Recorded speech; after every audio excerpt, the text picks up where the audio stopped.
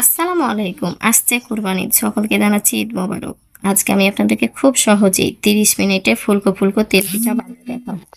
অনেকে কুরবানি ঈদের দিন গরুর মাংস বা খাসির মাংস দিয়ে তিল পিঠাটা খেয়ে থাকি। অনেকের কাছে ঝামেলা মনে হয়। আজকে আমি আপনাদেরকে চটভট তেল পিঠা বানিয়ে দেখাচ্ছি। তেল পিঠা বানাটা ভালো লাগলে অবশ্যই চ্যানেলটা সাবস্ক্রাইব করবেন। ফেসবুক থেকে দেখলে পেজটি ফলো করবেন। এটা হচ্ছে মিক্সিং বোল আর এটা হচ্ছে একটা মেজারমেন্ট কাপ। আমি মেজারমেন্ট কাপে ৩ কাপ চালের আটা নিয়ে নিলাম।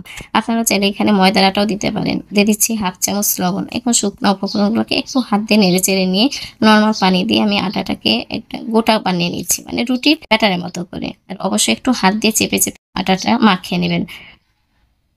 এভাবে আটাটা মাখিয়ে গোটা করার পরে আপনারা 10 মিনিট ঢেকেও রেখে দিতে পারেন। তাহলে তেল পিঠা আরো সুন্দর হয়। আমি এভাবে 10 মিনিট আটাটাকে মাখিয়ে নেব। একেবারে ঘড়ির কাঁটা ধরে।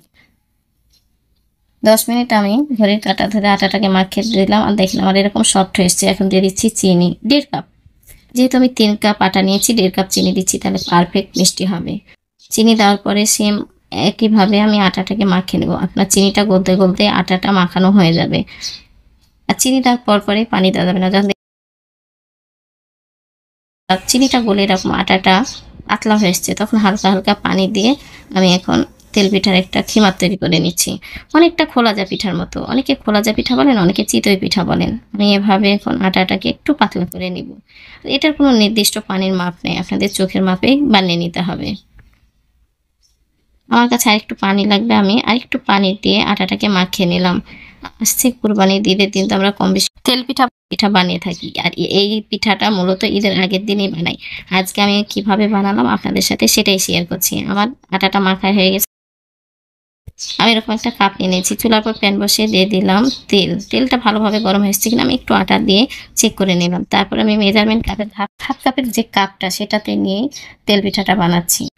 মেজারমেন্ট কাপে শুধু যে মাপ করতে হবে সেটা না, যে কোনো কাপে নিতে পারবেন। তবে যে কাপে আটা নেবেন সেই কাপে চিনি নেবেন, তাহলে পারফেক্ট একটা মিষ্টি হবে। এরকম একটা কাঠি দিয়ে উল্টে দিচ্ছি। যেহেতু এটা আমার প্রথম তেল পিঠা, প্রথম তেল অতটা ভালো হয় না।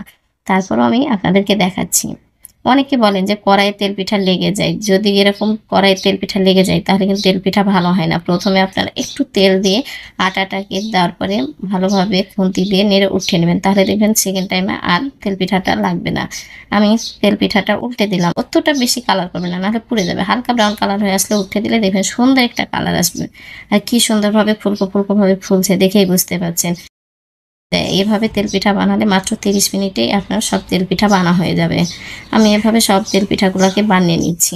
আপনাদের দেখার সুবিধাতে আমি কয়েকটা করে দেখালাম। তেল পিঠা দেওয়ার পর অবশ্যই কাঠি দিয়ে এভাবে নেড়ে নেড়ে দেবেন। ভিতরে যে আটাগুলা থাকে সে আটাগুলা থাকবে না। সুন্দরভাবে আটাগুলা মিলিম হয়ে যাবে। আমি এভাবে সব তেল পিঠাগুলোকে বানিয়ে নিলাম।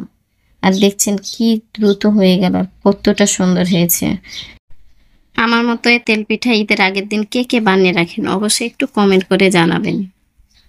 এটা হচ্ছে ফাইনাল লুক। আশা করছি তেল পিঠাগুলো বানা ভালো লেগেছে। ভালো লাগলে অবশ্যই লাইক দিবেন, লাইক দিতে ভুলবেন না।